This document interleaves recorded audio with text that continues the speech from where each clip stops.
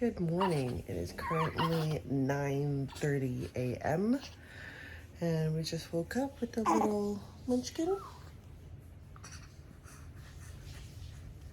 We just had a feed.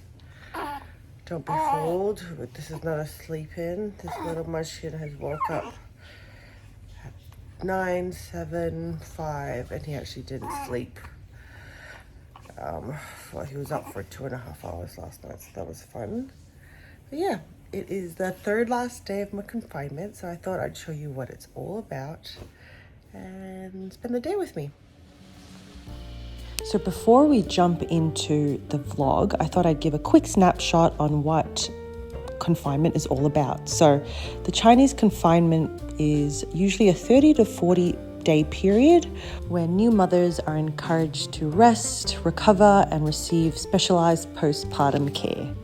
A few of the practices that I followed included eating specific nutrient-rich, warming, and easily digestible foods, drinking herbal remedies that are meant to boost your recovery, no leaving the house at all, not even for walks, but maybe only doctor's appointments. So no physical activity at all, like housework or exercise. No cool environments like air cons, cold showers, or even cold foods, and no washing your hair. And I was lucky enough to have my mum here supporting me through this period. Okay, so the one thing about confinement is that there are a whole heap of practices in place that we have to do. And the one major big deal one is that you're not allowed to wash your hair for the whole 30 days, which is why I look like a total mess right now. So this is what a month of no hair washing looks like. It is very oily. And I look like a Hagrid. And this is also why I blow dried my hair when I was in labor, because I knew that I'm gonna have a month. So I thought I've got to wash my hair and keep it the best state at the very last minute possible so that it would last me. And here we are. And the reason why we do this is because the Chinese believe that when you wash your hair, it's easy, your hair is wet and it's easy for you to get like chills, and the whole point of confinement is to keep your body warm and to help promote recovery so that you don't get chills, so no cold drinks even. So that's why no hair washing is encouraged, or not encouraged, is mandatory. All right, we are downstairs. Hi, Mom. And for breakfast, usually been having some baos, but today Mom got some chakui, which is a Chinese donut, and we'll have it with some kaya, which is coconut jam and butter. So we'll put it in the air fryer. We also have some sesame balls. And then for lunch, Mom's making some fish and soup.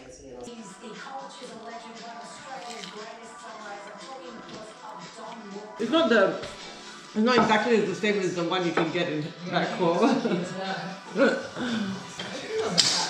Not bad. And this is Dow's usual hangout spot in the morning.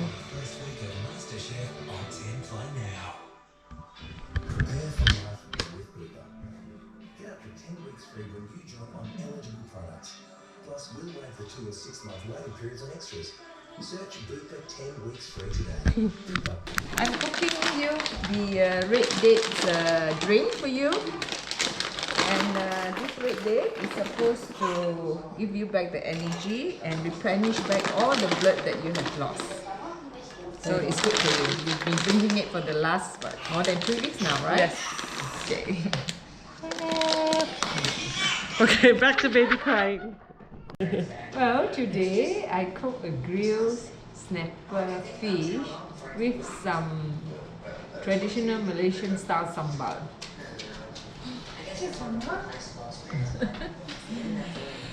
Okay. Peekaboo! Peekaboo!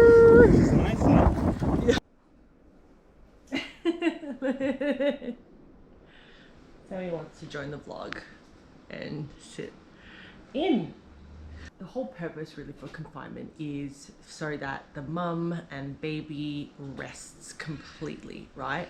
For a month, 30 days after the birth. And it makes a lot of sense. I mean, this concept always existed in my life. So I always knew, like even from when I was, young, that I would always go through confinement. But it makes a lot of sense now why that's the case, because, I remember going through this, my traumatic labor and birth of the baby. And after something so physically intense like that, you'd think that, you'd be able to rest, and you don't, because you have this baby in your hands, and you don't get sleep, you don't get rest. So it's ever more important to not feel like, or put yourself in a position where you have to rush and get out and about again and do all this stuff. And the confinement period is really having someone come and look after mum and look after bub, or come and look after mum for that month. Baby's crying, hold on one sec. Okay, so that's one of the perks of having mum here, is that Dad was just crying and mum's just attended to him, which is really nice. But yeah, so the whole purpose, someone looks after you. So a few of the practices that are put in place is like, you're eating specific foods that are meant to be healing and warming for your body from the Chinese culture. So a lot of ginger. Mum brought like 4 kilos of dried ginger from Malaysia. Believe it or not, the ginger back home is different than the ginger here in Australia. A lot of herbal soups, a lot of herbal teas. I drank, Dom the other night before bed as a way to kind of like warm your body. Inside to outside. Yeah. That's How was it? it's good. Have some. First drink. Cheers! I'm only eating chicken or fish. There's no red meat or shellfish because it's believed to be quite hard on your digestive system, and therefore slowing down your process for recovery. Really, everything I'm eating now is about healthy, clean, warming foods. Mum doesn't even want me to drink anything cold, so no cold water or cold drinks from the fridge as well. Luckily, I can still eat sweets, which is good. Another thing that we do is the binding. I think this is not really just in our culture. You will see that, like, I think now these days you have a lot of the belly binders that, even Western culture uses. But really the whole purpose is that it's there to support, your womb heal and go back to its original position. What's really interesting, I read somewhere that women go through such a physical trauma when they give birth, that if we could see what the womb looks like on the outside, we would take it a lot more slowly in our recovery process. And because it's not visible to the eye, I think we overlook what that recovery should be sometimes, and you think, oh yeah, I feel better, I should be able to go out and about again. But yeah, that's not the case. That's really interesting, because that makes me think about how intense it might look like inside your body, and how important it is to take it easy as well when you recover. So yeah, so we do the belly binding. That's supposed to support all the organs kind of coming back into place as well. Not a massive fan of it. It's obviously not very comfortable, and I've been quite happy actually with how my body has kind of gone back to, or my belly has kind of gone back to its like normal, well, not normal size, but I haven't been like carrying that extra pregnancy kind of tummy as well, which I've put on like 10 kilos, so that's still on my body, and it's not the same as pre-pregnancy, but I think it's been great that I don't feel like my mindset is like, it's not about losing weight, it's about feeling good, about feeling healthy. And breastfeeding is a full-on journey, man, because I remember when I first started breastfeeding, like you get period cramps as part of like a hormonal thing that you would instigate like these cramps. I was like, oh man, I just went through labor, can't believe I'm going through cramps again. it makes you hungry, it makes you thirsty, and I think you can burn up to 400 extra calories a day just from breastfeeding. So you need a lot of energy to sustain you, and that's part of the food intake as well. Make sure you're getting all the right sustenance. We just came back from our maternal child health nurse, and we do a visit. The public system here is amazing, by the way. Like, I remember when I was at hospital, the government gave me a free hospital bag full of all these goodies. Just having the hospital come visit me twice. I was discharged by the hospital, and now I go to see a local nurse, and they weigh baby. There was like 5 kilos now, which is crazy. He's put on 1.5 kilos since he was since he was born. So he's a very healthy, chubby baby. But it's been so good to have that access to that and support, because I don't think that exists in Malaysia. So having a post-care system is really, really awesome. And then I'll be going to like mothers groups and stuff as well. But there is one thing that I did really want to touch on, and that's mental health. There's so much talk about postnatal anxiety or postnatal depression that happens for women, and my reflection, like working in mental health now, and having have been previously diagnosed with depression and anxiety, I think so much of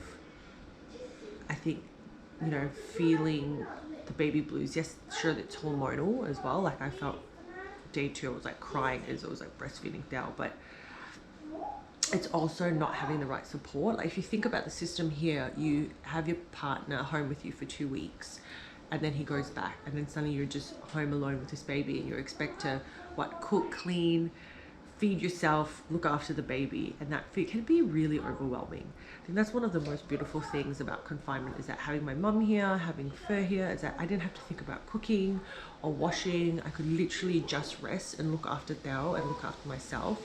And I feel like that's a big contributing factor for like maybe why other women get like postnatal depression. I mean, I do get anxiety sometimes. I think I'm such a like go person. I'm like, oh, I want to do this, I want to do that, and I really have to remind myself to be present and slow down and like use this time to really recover. There's a really big insight for me as to how we can support mothers throughout this process, or if you have a friend that has just given birth, how you can support them to kind of with your mental health, especially after they've had a baby, and providing them with so much support, not just gifts for the baby, but how can you really, really support them with like food and washing or whatever during this time. Yeah, that's been the biggest eye opener for me. Overall, that's it. Do I like confinement? Yes, I would 100% do it again. And I know a lot of women who said that, I wish I had done confinement. It just makes so much sense.